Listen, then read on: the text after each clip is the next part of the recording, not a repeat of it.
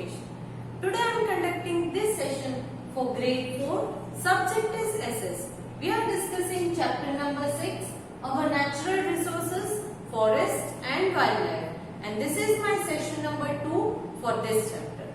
So in this chapter we have already finished first session in which we learned the introduction part of this chapter. In introduction we learned what are natural resources. Natural resources are those resources which we get naturally. Naturally जो हमें मिलता है उसे natural resources कहते हैं. ये था introduction. Then types of natural resources. अलग-अलग टाइप के natural resources होते हैं.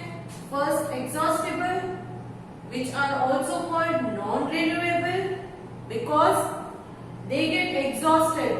Means they are limited in quantity. They might get over, खत्म हो जाएंगे. इसीलिए exhaustible. Non-renewable क्योंकि वो renew नहीं हो सकते, फिर से नहीं बन सकते, तो इसे non-renewable भी कहा जाता है. Exhaustible. Second one is inexhaustible, means जो exhaust खत्म नहीं होता है. Exhaustible का opposite है inexhaustible, जो खत्म नहीं होता है. That is inexhaustible.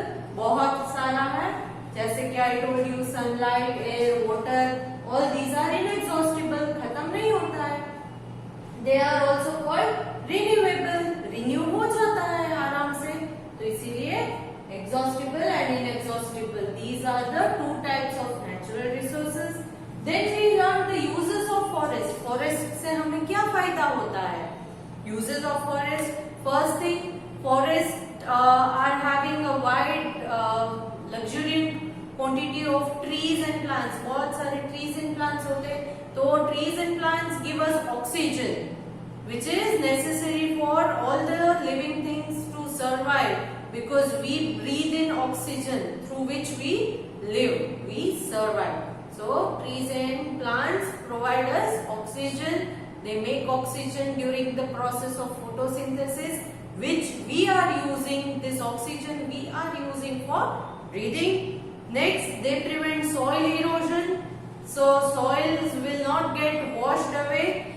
Soil, the roots of these plants and trees will hold the soil firmly, so that if there is heavy rain or the flood, or if there is a cyclone, if there is a dust storm, these soil will not get washed away. Then it also improves the quality of the soil, because these trees and plants, what happens, the leaves of the fruits from the tree, they fall on the ground. After some time they get mixed with the soil, and all the nutrients from the leaves and the fruits are getting mixed into the soil. That is why this soil will become more fertile. Then they keep the surrounding areas cool, correct, because they provide nice cool breeze, and it also provides shade, so it keeps the surrounding area cool. Then if there is no tree, then there will be less rain. अगर trees ज़्यादा नहीं है तो rain will be less. Slowly and gradually that place will become dry like desert. Then forest also provide us with variety of food and fruits, because all the vegetables or fruits that we are eating, we all get this from the trees and plants, because they grow on it. Correct? Fruits and vegetables grow on the plant or a tree. So they are necessary for that also. Then they give us timber for making furniture, house, matchsticks, etc. And it is also good for, medicines. The roots, leaves, stem, bark, all these parts of the plants are used in different medicines also. Then people will also get wood as a fuel, because they burn the wood and cook the food. Especially in villages, what they do, they don't have gas stoves, LPG gas stoves. They use this wood as a fuel for cooking. Then they provide shelter to many birds and animals. So all these were the uses of forest. Now in today's session, we will start with the topic types of forest.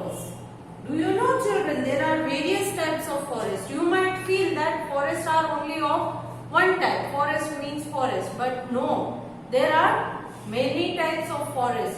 Here I have written evergreen, deciduous. Listen to the pronunciation. Deciduous. Deciduous forests are also called monsoon forest, thorny and scrub forest, mountain forest, and tidal forest or mangroves. Once again, evergreen forest, deciduous or monsoon forest, thorny and scrub forest, mountain forest, tidal forest or mangrove forest. So altogether there are 5 types of forests. In today's session we might not cover all the types of forest, but few of them we will learn in detail. So let us start with the first one, that is evergreen forest. सबसे पहले evergreen forest से start करते हैं कि ये क्या है. As you all have already known कि evergreen means as the name represents, evergreen means जो हर बार full year throughout the year green ही होता है, that is evergreen. So name से ही पता चल जाता कि ये forest जो है वो पूरे साल में green ही दिखता है. Now you might have a question.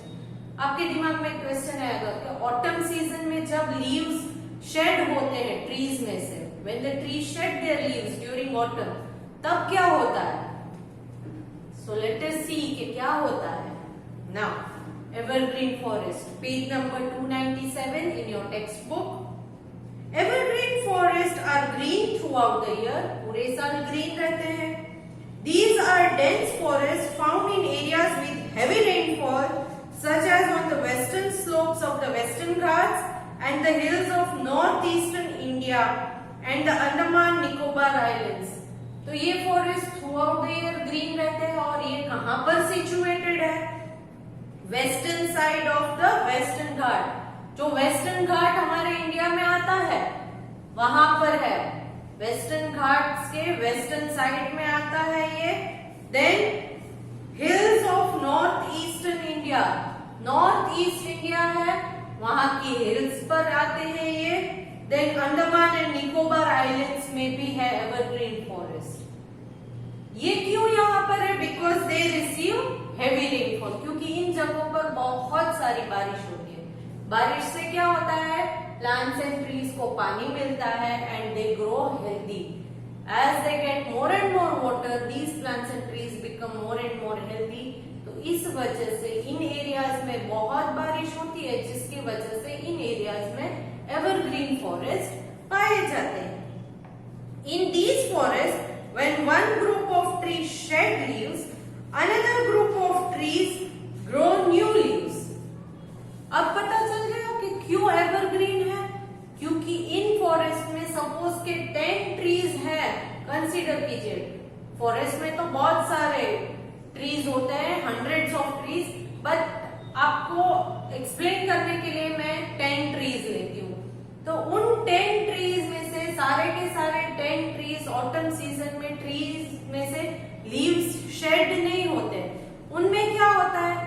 Some 5 to 6 trees में से लीव्स जो है वो ऑटम सीजन में शेड होते हैं, बट बाकी के जो 4 है, बाकी के 4 में उस टाइम पे ऑटम सीजन में ट्रीज में से लीव शेड नहीं होंगे. करेक्ट? तो क्या होगा? वो रोटेशन सिस्टम आ गया. एक ट्री में से पत्ता गिरता है तो दूसरे ट्री में उसी टाइम पे नया पत्ता उगता है. जब दूसरे ट्री में पत्ते गिरते हैं तब ये पहले वाले में पत्ते उगते हैं. तो उससे क्या होगा? बैलेंस मेंटेन रहेगा. पूरा एक साथ खाली नहीं होगा या पूरा एक साथ भर भी नहीं जाएगा. जैसा आपके क्लास में अगर मैं बोलूं कि first girls will enter and I will teach girls only few topics, after that boys will enter and I will teach them some topic.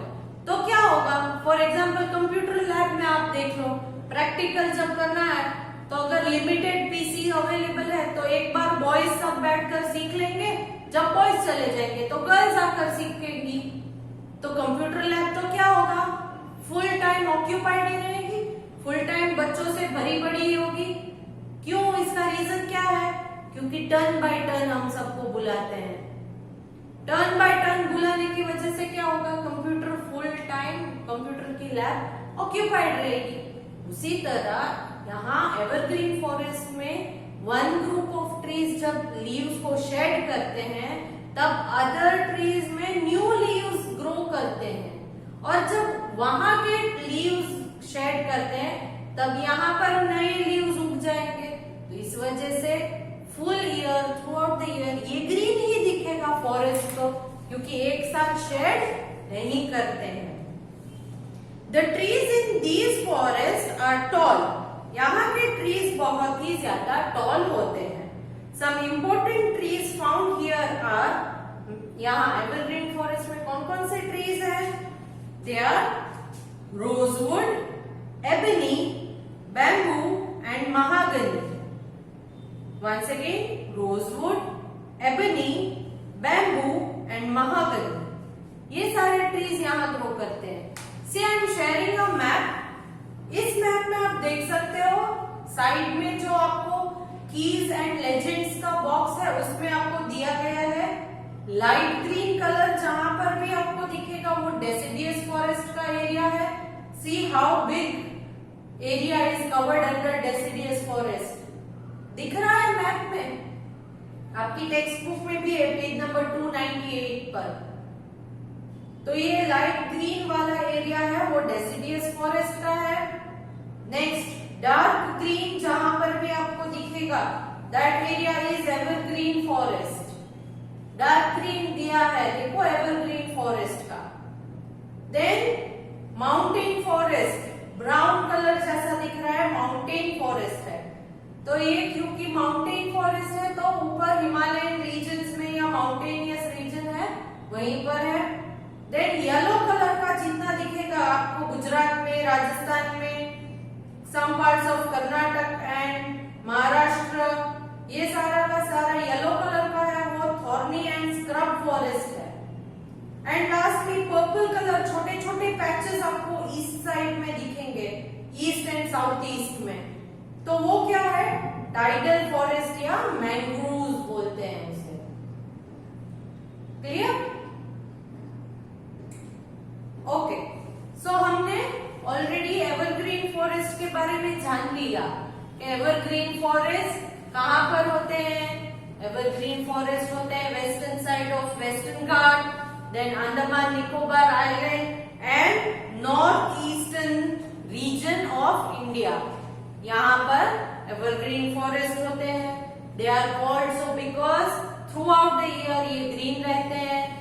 Why throughout the year? Because when one group of trees shed their leaves, the other group of trees will grow new leaves. So that is why it is green throughout the year. And which are the important trees found here? It is rosewood, ebony, bamboo and mahogany. So all these are important points to be noticed in evergreen forest. Now coming to the next type of forest.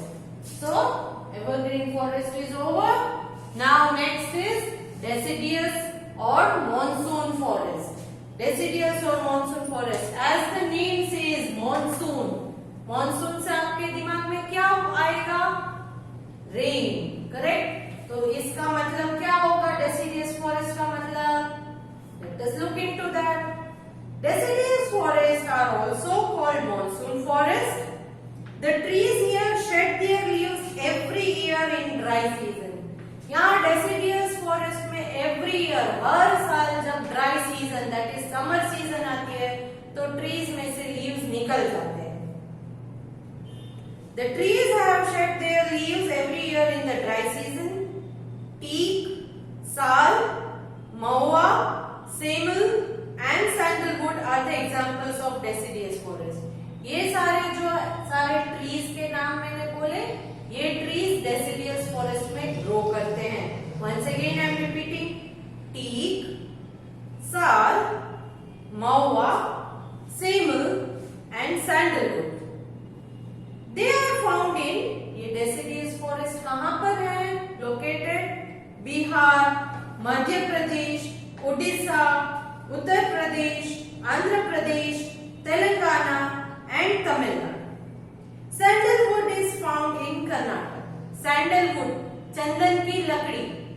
Sandalwood tree जो है, चंदन की लकड़ी का जो tree है वो कर्नाटक में पाया जाता है. आप भगवान को तिलक लगाते हो चंदन का. कुछ ओल्ड एज वाले पीपल खुद के फोरहेड पर भी चंदन का तिलक लगाते हैं. It is very nice, very cool. ठंडक देता है चंदन. तो ये सैंडलवुड ट्री है, वो कर्नाटक में सबसे ज्यादा ग्रो होता है. Okay, so now we have completed also discussing regarding deciduous or monsoon forest. Monsoon forest इसलिए क्योंकि ड्राई सीजन में यहाँ ट्रीज में से लीव्स शेड हो जाते हैं. जब तक रेन है, जब तक पानी मिलता रहता है, तब तक ही वो एकदम फुल फ्लेज ग्रो करेंगे. ड्राई सीजन में वो सूखे बन जाएंगे. क्लियर?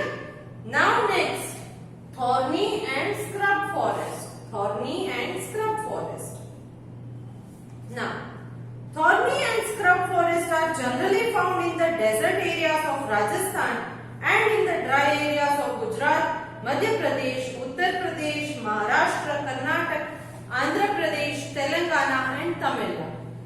तो thorny, thorn कांटा, and scrub forest, thorny and scrub. आपने ये तो ऑलरेडी जान लिया होगा कि इन desserts the trees, whichever the trees are grown, are normally having thorns on them because their leaves are modified into thorns and the stem are thick, fleshy. Cactus आपने देखा होगा, cactus में भी बहुत सारे कांटे लगे होते हैं. तो ये thorny मतलब क्या होगा? आपके दिमाग में आ गया कि ड्राई, एकदम ड्राई एरिया जो है वहीं पर ये ग्रो होता है. तो ये कौन कौन से एरियाज है? ड्राई एरियाज कौन कौन से? राजस्थान, क्योंकि राजस्थान तो टोटली डेजर्टेड एरिया है. तो राजस्थान है, महाराष्ट्र है, गुजरात है, मध्य प्रदेश, उत्तर प्रदेश, आंध्र प्रदेश, तेलंगाना एंड तमिलनाडु. तो ये सारे के सारे जो मैंने नाम बोले वहां completely thorny and scrub forest नहीं है, मगर some areas of this places are under thorny and scrub forest. इन सारे जो स्टेट्स के मैंने नाम बोले वो complete states thorny and scrub forest के लोकेशन में नहीं आते हैं. But some areas of these states are under thorny and scrub forest. Rajasthan का शायद पूरा का पूरा राजस्थान आ जाएगा, बट बाकी के जो स्टेट्स है वो completely thorny and scrub forest में इंक्लूडेड नहीं है.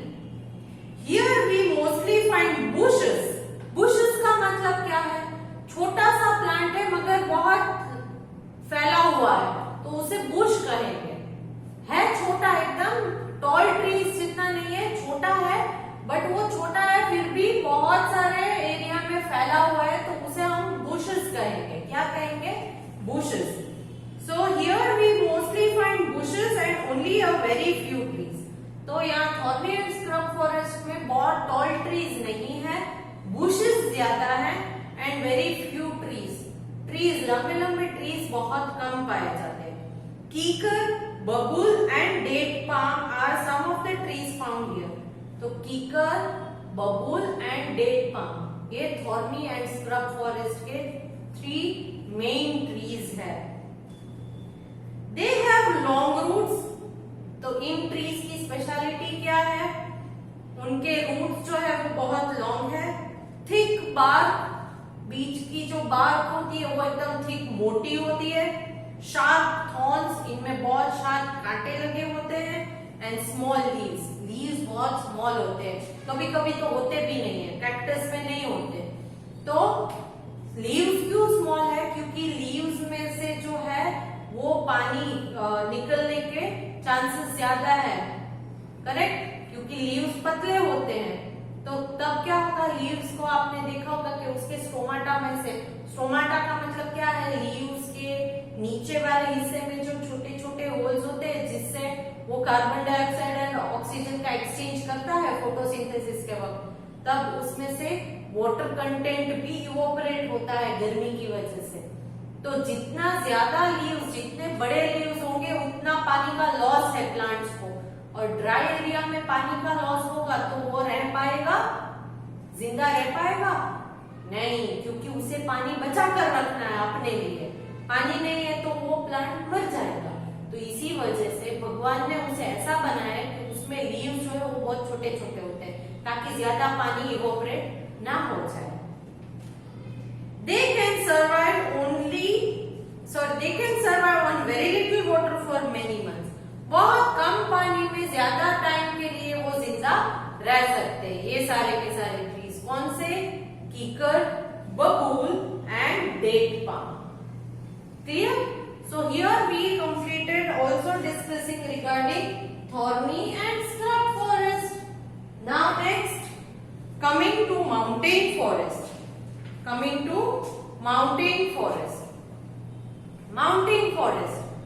माउंटेन फॉरेस्ट ऐसे माउंटेन जैसे ही मैं बोलती हूँ आपके दिमाग में आ गया होगा कि माउंटेन फॉरेस्ट मतलब जो माउंटेन्स पर होते हैं। और माउंटेन्स पर क्या और स्पेशलिटी है? माउंटेन्स पर ठंडी ज्यादा होती है। कुछ माउंटेन्स अगर आप मैप में देखो तो आपने देखा होगा कि माउंटेन फॉरेस्ट जो ब्राउन कलर का है वो हिमालयन रीजन्स या नॉर्थ के साइड में है, तो वहां पर तो स्नोफॉल भी बहुत ज्यादा हो रहा होगा। तो माउंटेन फॉरेस्ट में स्नो भी पड़ता है, तो उतने स्नो में अगर ये ट्रीज जिंदा रह सकते हैं, ऐसा सवाल आपके दिमाग में आ जाएगा। तो यहाँ उन ट्रीज को जिंदा रहने के लिए भी भगवान ने कुछ स्पेशलिटी तो उनमें दी ही होगी। तो वो क्या स्पेशलिटी दी है? Let us study. Mountain forest are found in Himalayan region in part of Nilgiris. ये हिमालयन रीजन में पाए जाते हैं और पार्ट्स ऑफ नीलगिरीज में पाए जाते हैं। In the snow covered Himalayan region, जो हिमालयन रीजन स्नो कवर्ड रहता है, पूरा बर्फ से ढका हुआ, there is no vegetation at all. वहां कोई किस्म का वेजिटेशन मतलब प्लांट लाइफ ही नहीं है, कुछ ग्रो ही नहीं होता है। Between the snow line and about 3000 metre about the sea level.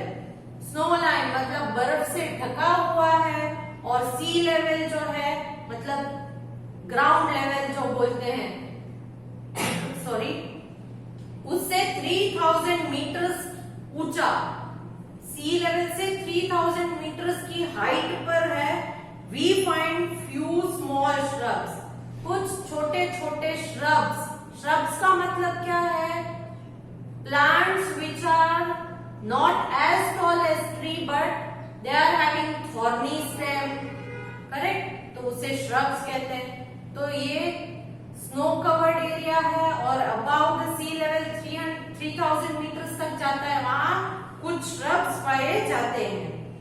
As we move lower we come across coniferous forest. जैसे जैसे वहां से थोड़ा नीचे सी लेवल पर नीचे नीचे आते जाओगे तो वहां कोनिफरस फॉरेस्ट है। क्या है?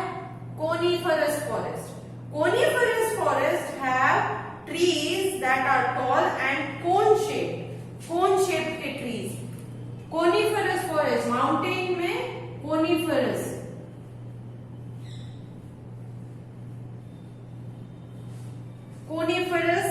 फॉरेस्ट है। कोन शेप ट्रीज का मतलब क्या है? ऐसे ट्रीज आपने देखे हैं ना, आप शायद क्रिसमस ट्री इस तरह से ग्रो करते हो ड्राइंग में, इस टाइप के ट्रीज। ये मैंने पॉट में ग्रो किया है। तो ऐसे कोन शेप के ट्रीज पाए जाते हैं, कोनिफरस ट्रीज। अब यहाँ पर आपने देखा होगा coniferous trees have trees of cone shape with needle like leaves. उसके लीव्स जो है नीडल जैसे, सुई जैसे होते हैं, एकदम सुई जैसे पतले पतले लीव्स होते हैं। क्यों? Because needle like leaves. ये क्यों ऐसा होता है? एक तो ये क्या है? कोन है, तो स्नो जैसे ही इस पर गिरेगा तो वो स्लिप होके, क्योंकि ये स्लोपिंग पोजीशन है तो स्लिप होके जमीन पर गिर जाएगा। तो इसकी वजह से क्या है? ट्री के ऊपर स्नो गिरेगा नहीं, स्नो उधर सेटल होगा नहीं। स्नो बर्फ से अगर सेटल हो जाएगा, इस ट्री के ऊपर बर्फ सेटल हो जाएगा तो वो ट्री मर जाएगा, क्योंकि ट्रीज को हीट की जरूरत है, वार्म सनलाइट वार्म की जरूरत है। फोटोसिंथेसिस के लिए। तो इस शेप से क्या होता है कि जो भी स्नोफॉल होता है वो स्लिप होके नीचे गिर जाता है जमीन के ऊपर, और लीव्स अगर इस शेप में है तो क्या होगा, यहाँ पर स्नो जम जाएगी, यहाँ पर स्नो जम जाएगी। बट नीडल शेप के अगर लीव्स है तो क्या होगा, यहाँ पर लीव्स के ऊपर स्नो जमेगा नहीं, क्योंकि उसके लिए उसे जगह ही नहीं है, बेस नहीं मिलेगा तो स्नो उसके ऊपर सेटल हो पाएगा नहीं। इसीलिए इस टाइप के लीव्स भी नहीं है, नीडल शेप के लीव्स है और कोन शेप के ट्रीज है, ताकि उसके ऊपर स्नो सेटल नहीं हो। Okay, now chir, deodar, pine and spruce are some trees which grow here. कौन कौन से ट्रीज यहाँ पर ग्रो होते हैं? कोनिफरस या माउंटेन फॉरेस्ट में कौन कौन से टाइप के ट्रीज ग्रो होते हैं? They are chir, deodar, pine and spruce. Okay, so here we come to the end of this session. यहाँ पर मैं इस सेशन को खत्म कर देती हूँ। हमने माउंटेन फॉरेस्ट पढ़ लिया है, लास्ट टाइडल फॉरेस्ट एक बचा है। After that conservation of forest. Conservation of forest का मतलब है फॉरेस्ट को कैसे बचाया जाए, एंड उसके बाद हम वाइल्ड लाइफ, जो हमारी नेचुरल रिसोर्सेस में फॉरेस्ट के बाद है वाइल्ड लाइफ, तो वाइल्ड लाइफ रिसोर्सेस के बारे में नेक्स्ट सेशन में सीखेंगे। तो आज के सेशन में हमने जो इंट्रोडक्शन का part, types of natural resources, uses of forest, इसका एक छोटा रिकैप लिया था। एंड टाइप्स ऑफ फॉरेस्ट में 5 टाइप के फॉरेस्ट में से 4 का एक्सप्लेनेशन खत्म कर दिया है। तो इस सेशन में जो मैंने आपको एक्सप्लेन किया, on the basis of that I am sending you a PDF which is fill in the blanks based, and you will find the answers in your text book और थ्रू द वीडियो। वीडियो में भी आपको answers अगर आप सुनोगे तो मिल जाएगा, नहीं तो टेक्स्ट बुक में से भी आपको आंसर्स मिल जाएंगे। I hope you are clear with these topics which we have covered in this session. So get ready for the next session. Bye.